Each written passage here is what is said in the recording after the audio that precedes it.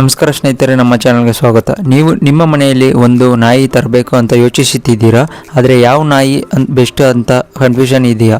ಇವತ್ತಿನ ನಾವು ನೋಡುವಂಥದ್ದು ಬಂದು ಜಗತ್ತಿನ ಅತ್ಯಂತ ಬುದ್ಧಿವಂತ, ನಿಷ್ಠಾವಂತ ಮತ್ತು ಗಾರ್ಡ್ ನಾಯಿಯಾದ ಜರ್ಮನ್ ಶೆಪರ್ಡ್ ಬಗ್ಗೆ ಇವತ್ತು ನೋಡೋಣ.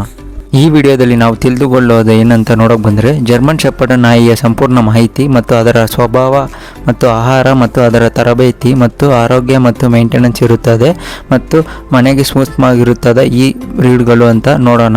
ಹಾಗಾದರೆ ವಿಡಿಯೋನ ಕೊನೆಯವರೆಗೂ ನೋಡಿ, ಅವಾಗ ನಿಮಗೆ ಈ ನಾಯಿ ಬಗ್ಗೆ ಸಂಪೂರ್ಣ ಮಾಹಿತಿಯನ್ನು ತಿಳ್ಕೊಬೋದು. ಮತ್ತು ವಿಡಿಯೋ ಕೊನೆಯಲ್ಲಿ ಬಂದು ಒಂದು ಸ್ಪೆಷಲ್ ಟಿಪ್ಸನ್ನು ಕೊಟ್ಟಿದ್ದೀನಿ. ಮೊದಲನೇ ವಿಷಯ ನಾವು ನೋಡುವಂಥದ್ದು ಬಂದು ಜರ್ಮನ್ ಶೆಪರ್ಡ್ ನಾಯಿಗಳೆಂದರೆ ಏನು ಅಂತ ನೋಡೋಕೆ ಬಂದರೆ, ಜರ್ಮನ್ ಶೆಪರ್ಡ್ ನಾಯಿಗಳು ಎಂಬುದು ಬಂದು ಇದರ ಮೂಲ ಅಂತ ನೋಡೋಕೆ ಬಂದರೆ ಜರ್ಮನಿ ಹಾಗೂ ಸೇರಿದಂಥ ನಾಯಿಗಳಾಗಿರುತ್ತವೆ. ಇದು ಬಂದು ಪೊಲೀಸ್ ಮತ್ತು ಮಿಲಿಟರಿಗೆ ಜಾಸ್ತಿ ಈ ನಾಯಿಗಳನ್ನು ಬಳಸುತ್ತಿದ್ದರು ಮತ್ತು ಇದು ಅತ್ಯಂತ ಇಂಟೆಲಿಜೆಂಟ್ ನಾಯಿಗಳಲ್ಲಿ ಒಂದಾಗಿದೆ. ಇದರ ಹೈಟ್ ಅಂತ ನೋಡೋಕೆ ಬಂದರೆ 22 ಇಂದ 26 ಇಂಚ್ ತನಕ ಇರುತ್ತದೆ ಇದರ ನಾಯಿಗಳ ಹೈಟು. ಮತ್ತು ವೆಯ್ಟ್ ಅಂತ ನೋಡೋಕೆ ಬಂದರೆ 22 kg ಇಂದ 40 kg ತನಕ ಇರುತ್ತದೆ.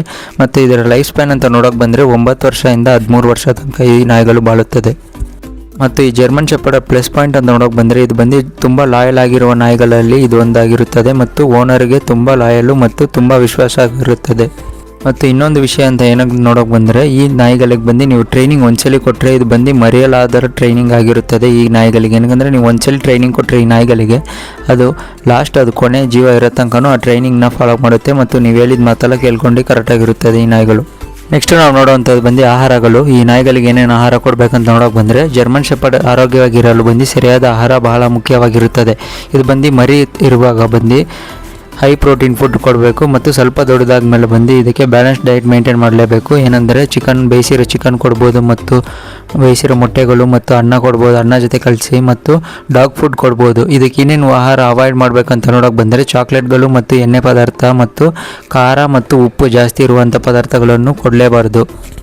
ಈ ನಾಯಿಗಳಿಗೆ ಬಂದು ದಿನಕ್ಕೆ 2 ಇಂದ 3 ಬಾರಿ ಊಟ ಹಾಕಿದ್ರೆ ಸಾಕಾಗುತ್ತೆ. ದೊಡ್ಡ ಸೈಜ್ ಇರೋ ನಾಯಿಗಳಿಗೆ.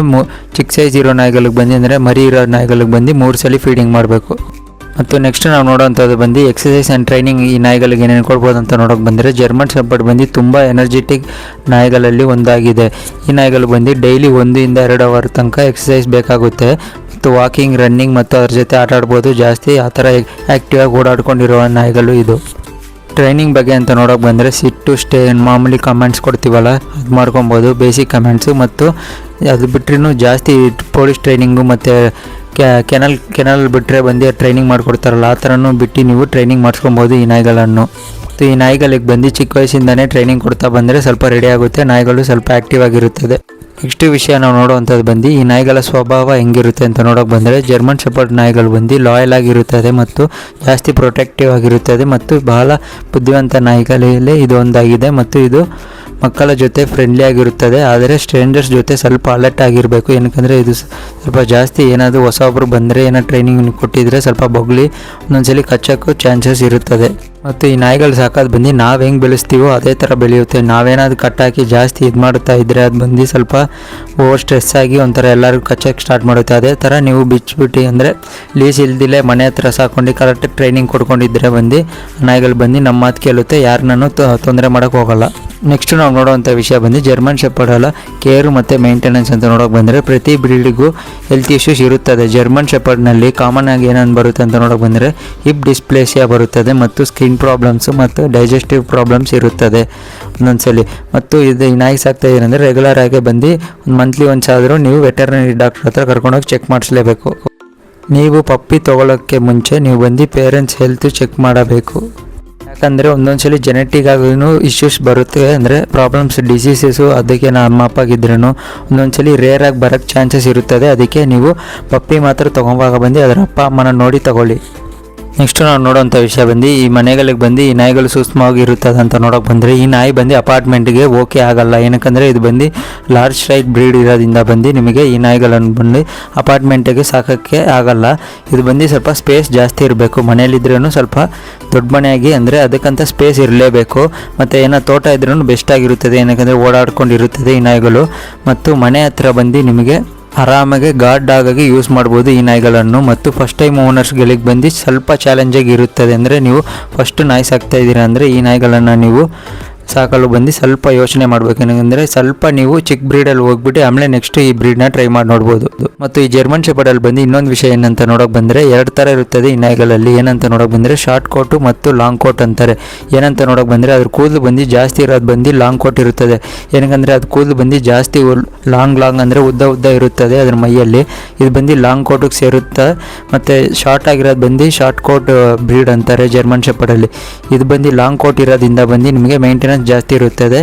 ಅದಕ್ಕೆ ಒಬ್ಬೊಬ್ಬರು ಬಂದು ಶಾರ್ಟ್ ಕೋಟ್ ಚೂಸ್ ಮಾಡ್ತಾರೆ ಈ ನಾಯಿಗಳಲ್ಲಿ. ಮತ್ತು ಸ್ನೇಹಿತರೆ, ನೀವು ಈ ನಾಯಿನ ನೀವೇನೋ ಸಾಕ್ತಾ ಇದ್ದೀರ ಅಂತ ಯೋಚನೆ ಮಾಡಿಬಿಟ್ರೆ, ಇದೇ ಜರ್ಮನ್ ಶೆಪರ್ಡೇ ಇಸ್ಕೊಬೇಕಂತ ಯೋಚನೆ ಮಾಡಿಬಿಟ್ರೆ ನೀವು ಬಂದು ಇದ್ರ ಬಗ್ಗೆ ಫುಲ್ ಮಾಹಿತಿ ಪಡ್ಕೊಳ್ಳಿ. ಆಮೇಲೆ ಈ ನಾಯಿನ ಸಾಕಿ. ಏನಕ್ಕಂತ ಏನಂದರೆ ಈ ನಾಯಿನ ಬಂದು ನೀವು ಟೈಮ್ ಕರೆಕ್ಟಾಗಿ ಕೊಡಬೇಕು. ಅಂದರೆ ಅದಕ್ಕೆ ವಾಕಿಂಗ್ ಮಾಡಿಸೋದು, ಎಕ್ಸಸೈಸು, ಮತ್ತು ಅದು ಬಂದು ಸ್ವಲ್ಪ ಆ್ಯಕ್ಟಿವ್ ಬ್ರೀಡ್ ಆಗಿರುತ್ತದೆ. ಮತ್ತು ಅದಕ್ಕೆ ಫುಡ್ ಬಂದು ಕರೆಕ್ಟಿಗೆ ಅದರ ಬೋನೆಲ್ಲ ಸ್ವಲ್ಪ ಲಾಂಗ್ ಅಂದರೆ ಗಟ್ಟಿ ಇರೋದ್ರಿಂದ ಬಂದು ನಿಮಗೆ ಅದಕ್ಕೆ ತಕ್ಕಂಗೆ ಫುಡ್ ಹಾಕಲೇಬೇಕು. ಚಿಕನ್ನು ಆ ಥರ ಮೇಂಟೈನ್ ಮಾಡಲೇಬೇಕು. ಇದು ಬಂದು ನೀವು ಯೋಚನೆ ಮಾಡಿ ಸಾಕೋದು ಬೆಸ್ಟ್ ಆಗಿರುತ್ತದೆ. ಆದರೆ ಸಾಕಬಾರ್ದು ಅಂತ ಅನ್ನೋಂಗಿಲ್ಲ. ಅದು ಬಂದು ಕರೆಕ್ಟಾಗಿ ನೋಡ್ಕೊಂಡಿದ್ದೆ ಟೈಮ್ ಕೊಟ್ಟರೆ ಈ ಬ್ರೀಡ್ ಬಂದು ನಿಮಗೆ ಬೆಸ್ಟ್ ಆಗಿರುತ್ತದೆ ಮತ್ತು ಬೆಸ್ಟ್ ಗಾಡ್ ಆಗಿರುತ್ತದೆ ಇದು ನಿಮಗೆ. ಮತ್ತು ಸ್ನೇಹಿತರೆ, ಇವಾಗ ಬೋನಸ್ ಟಿಪ್ ಹೇಳ್ತೀನಿ ನೋಡಿ. ಜರ್ಮನ್ ಶೆಪರ್ಡ್ ನೀವು ತೊಗೊತಾ ಇದ್ದೀರಾ ಅಂತ ನೋಡೋಕೆ ಬಂದರೆ ನೀವು ಬಂದು ಟ್ರಸ್ಟ್ ಮಾಡಿರೋ ಬ್ರೀಡರ್ ಹತ್ರ ತೊಗೊಳ್ಳಿ. ಏನಕ್ಕಂತ ಇದ್ದೀನಿ ಅಂದರೆ ಅದು ಬಂದು ಒಂದೊಂದು ಸಲ ಕ್ರಾಸ್ ಬ್ರೀಡ್ ಆಗೋಕ್ಕೂ ಚಾನ್ಸಸ್ ಇರುತ್ತದೆ. ನೀವು ಬಂದು ಕರೆಕ್ಟಿಗೆ ಹತ್ರ ಹೋಗ್ಬಿಟ್ಟು ಅಂದರೆ ಕೆನಲ್ಗೆ ವಿಸಿಟ್ ಮಾಡಿ ನೀವು ಬಂದು ಅದರ ಅಪ್ಪ ಅಮ್ಮನ ನೋಡಿ ತೊಗೊಳೋದು ಬಂದು ಬೆಸ್ಟ್ ಆಗಿರುತ್ತದೆ. ಏನಕ್ಕಂದರೆ ಒಂದೊಂದು ಸಲ ಕ್ರಾಸ್ ಬ್ರೀಡ್ ಆಗಿರುತ್ತದೆ ಅದಕ್ಕೆ. ಮತ್ತು ವ್ಯಾಕ್ಸಿನೇಷನ್ ಕಂಪ್ಲೀಟ್ ಆಗಿದೆ ಅಂತ ಕೇಳ್ಕೊಂಡು ತೊಗೊಳ್ಳಿ. ಮತ್ತು ಏನು ಅದರ ಕಣ್ಣು, ಅದರ ಲೆಗ್ಗು ಅಂದರೆ ಅದರ ಕಣ್ಣು ಹತ್ರ ಮತ್ತು ಅದ್ರ ಕಾಲು ಅದೆಲ್ಲ ನೋಡಿ ಏನಾದ್ರು ಬೆಂಡಿದೆನಾ ಆ ಥರ ಎಲ್ಲ ನೋಡಿಬಿಟ್ಟು ಹ್ಯಾಂಡಿಕ್ಯಾಪ್ಟ್ ಏನಾದಿದೆ ಅಂತ ನೋಡಿ ತೊಗೊಳೋದು ಬಂದು ಬೆಸ್ಟ್ ಆಗಿರುತ್ತದೆ. ಈ ಥರ ಎಲ್ಲ ನೋಡಿ ತೊಗೊಳೋದ್ರಿಂದ ಬಂದು ನಿಮಗೆ ಫ್ಯೂಚರ್ ಪ್ರಾಬ್ಲಮ್ಸ್ ಬಂದು ಅವಾಯ್ಡ್ ಮಾಡ್ಬೋದು. ಹಾಗಾದರೆ ಸ್ನೇಹಿತರೆ, ಇಷ್ಟೇ ಈ ವಿಡಿಯೋ ನಿಮಗೆ ಇಷ್ಟವಾಗಿದ್ದರೆ ಲೈಕ್ ಮಾಡಿ, ಶೇರ್ ಮಾಡಿ ಮತ್ತು ನನ್ನ ಚಾನೆಲ್ನ ಸಬ್ಸ್ಕ್ರೈಬ್ ಮಾಡ್ಕೊಳ್ಳಿ.